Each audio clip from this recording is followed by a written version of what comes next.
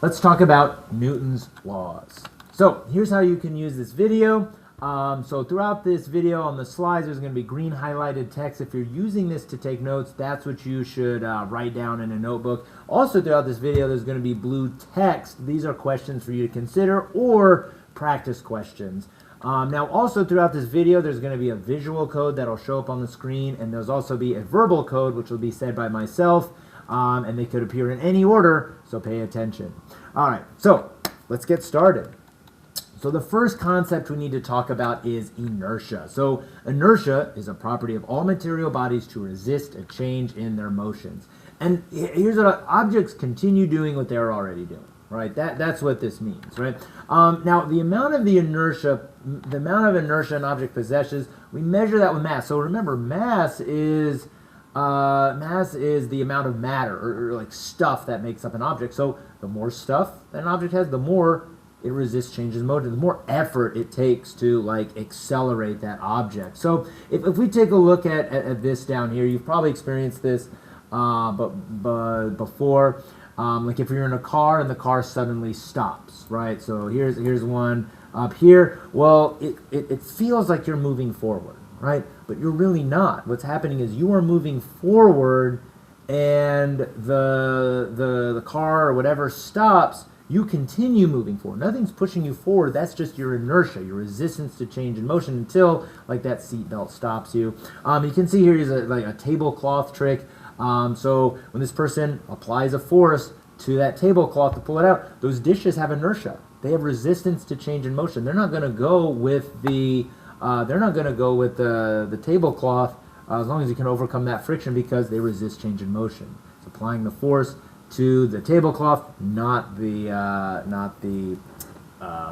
dishes on that. And I did provide these little ramps here. So this is a Galileo's experiment where he sort of came up with the idea of inertia, where he had these ramps. They were made out of wood, and he noticed that as he sanded them and we removed that friction, the ball would try to return to its original height. It was getting closer and closer to that original height. So he asked himself, well, what would happen if I didn't allow it to return to its original height? I pulled that ramp all the way down. It was completely smooth. He argued that, or he posited that like it would just continue going, right? So that's how he came up with the idea of like, well, rest and constant velocity are like natural states of motion. So that brings us to Newton's first law of motion, and it is known as the law of inertia. And you've probably all heard this one before. Objects at rest remain at rest, and objects in motion remain in motion in a straight line unless acted upon by an unbalanced force. Basically, an unbalanced force, right? We have a net force or a net force that's not zero applied to an object, then that object will accelerate, and it will be in the direction of the net force. If an object accelerates, then there must be a net force applied to it, right? And another way to state this is like if there's a net force or an unbalanced force, that object will accelerate. If that object accelerates, then there must have been a net force, right? So, and basically in Newton's first law, he defines inertia, right? That's why it's known as the law of inertia. And you can see here on the, the International Space Station, we remove gravity, remove friction, not enough real air resistance, but objects will continue doing what they are doing. And also this one down here, I like this one, like a bowling ball or something's dropped on a trampoline. That T-Rex is at rest. Well, just because that thing goes out from underneath it, well, it's going to continue being there until like gravity eventually will pull it down. So that's Newton's first law of motion, and basically just defines inertia. Now let's move on to Newton's second law of motion, and it is known as the real law of motion. So it's kind of a lengthy one here. The acceleration of an object as produced by a net force is directly proportional to the magnitude of the net force in the same direction as the net force and inversely proportional to the mass of the object.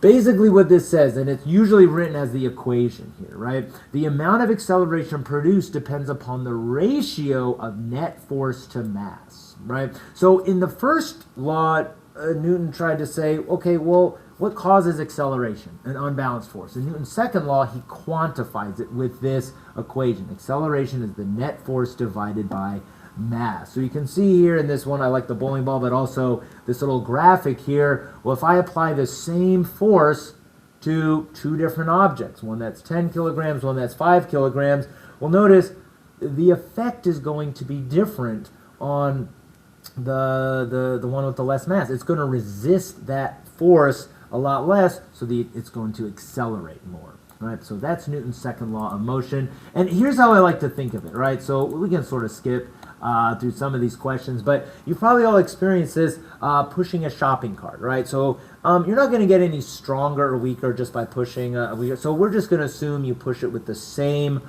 force, right? You're going to push it with the same force on both of these, right?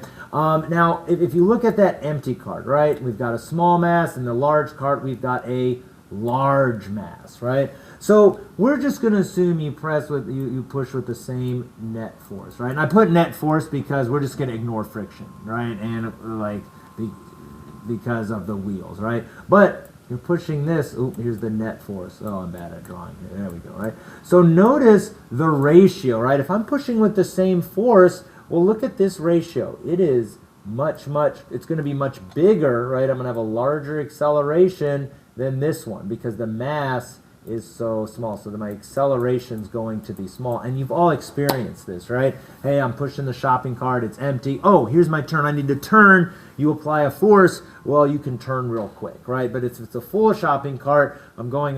Oh, I'm turning. Oh, it's going to take a lot more effort to turn because it's resisting that force more. So acceleration is going to be determined by the ratio of net force to mass.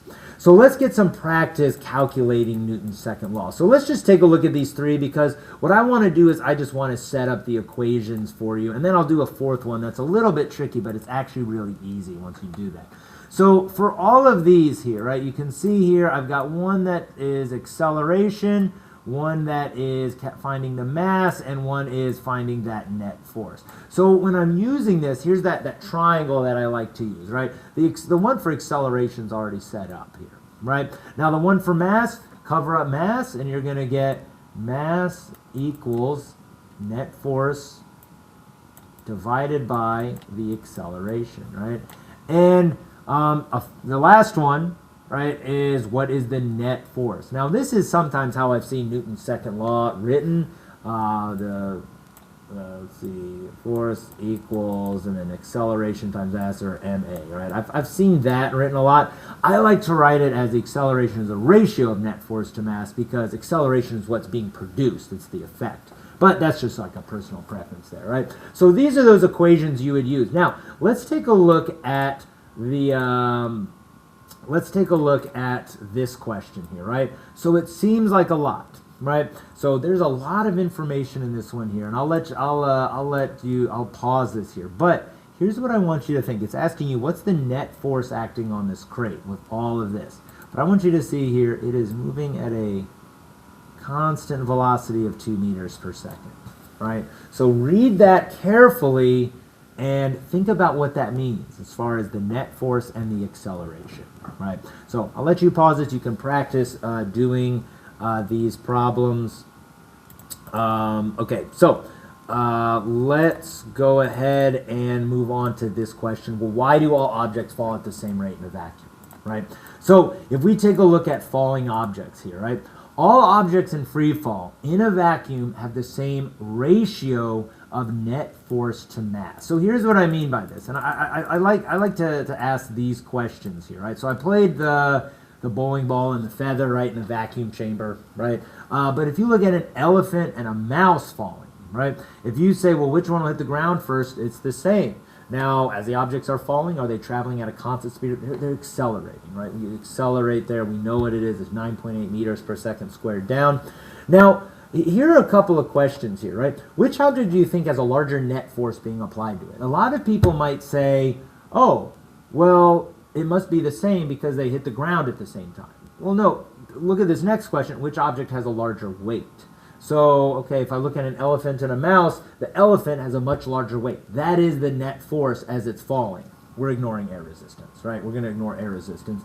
But it also resists that force more. It has more inertia, more mass, more resistance to that change in motion. So you look at the ratio of net force to mass here compared to a mouse? Well, notice large force, large resistance to that force. Small resistance to that force. That is why in a vacuum all objects accelerate at the same rate, right? And I also put this the Leaning Tower Pisa one because that's a very famous Galileo experiment. He went to the top, dropped two objects and said, like, look, they're going to accelerate at the same rate. And there's a little clip from Apollo 15, hammer and a feather dropped in a vacuum. Yes, they're accelerating slower than on Earth because there's less gravity on the moon, but they are accelerating at the same rate, right? So that's why all objects accelerate at the same rate in a vacuum, right? So now let's get to Newton's third law of motion, right? So in Newton's third law of motion, he says, okay, great, we've already established what causes acceleration. We've established how to quantify it. And now in this one, he says, okay, great, but where do those forces come from, right? And it's known as Newton's third law of motion is known as the law of action and reaction. I know you've probably heard this one before. For every action, there's an equal and opposite reaction.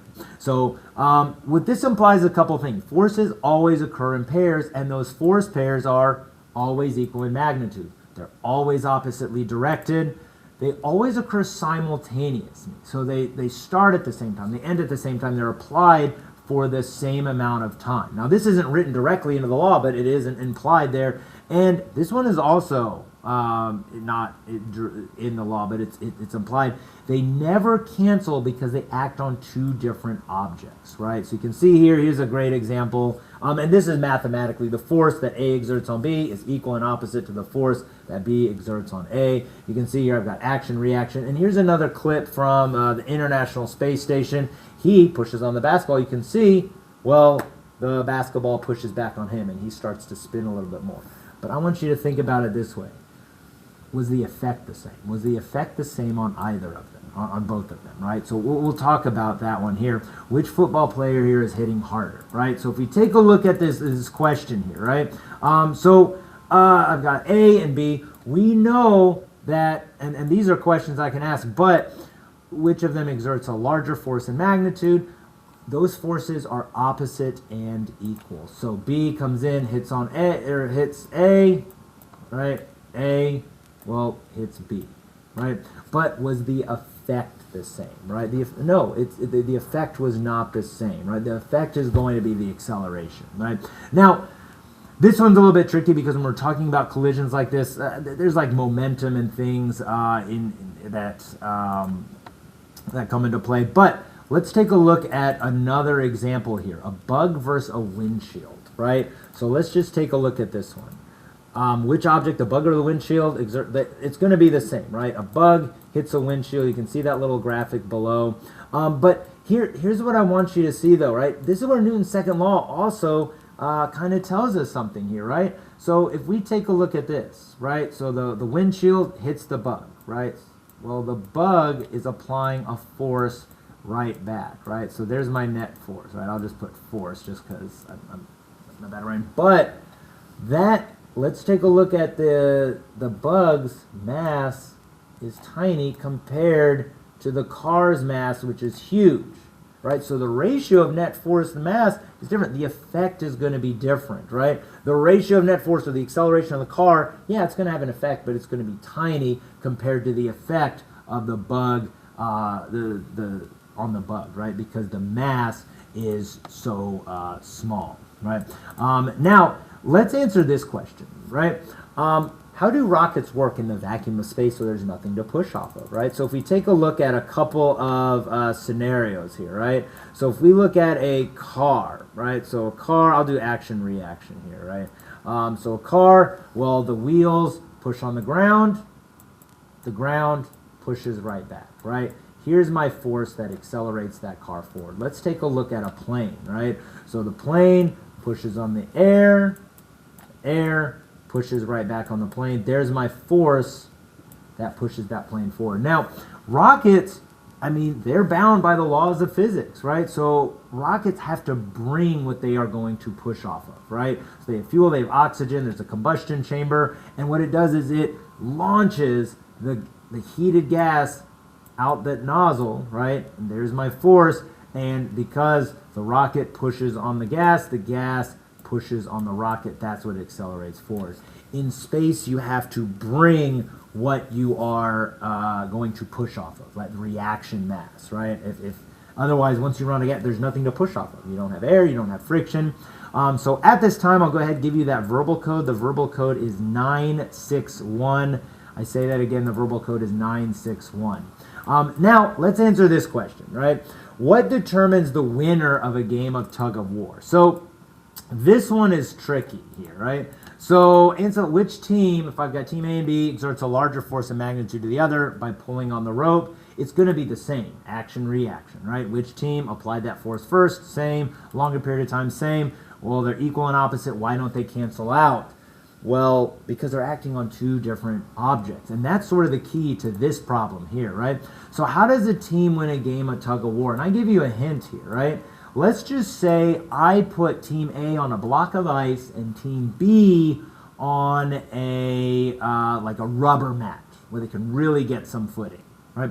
Well, team B is probably going to win, and here's why. It sort of has to do with that free body diagram, right? So if I have team B, team A here, right? Let's just look at that action reaction here. Team B, well, team A is pulling on team B, team B is pulling on team A, right? Those are the action reaction, right? Okay, great, right? So those are always going to be the same. It's not the stronger team that wins. They're going to be pulling the same amount. That's what Newton's third law tells us, right? Now I've also got, I've got weight, and I've got the normal force. Great.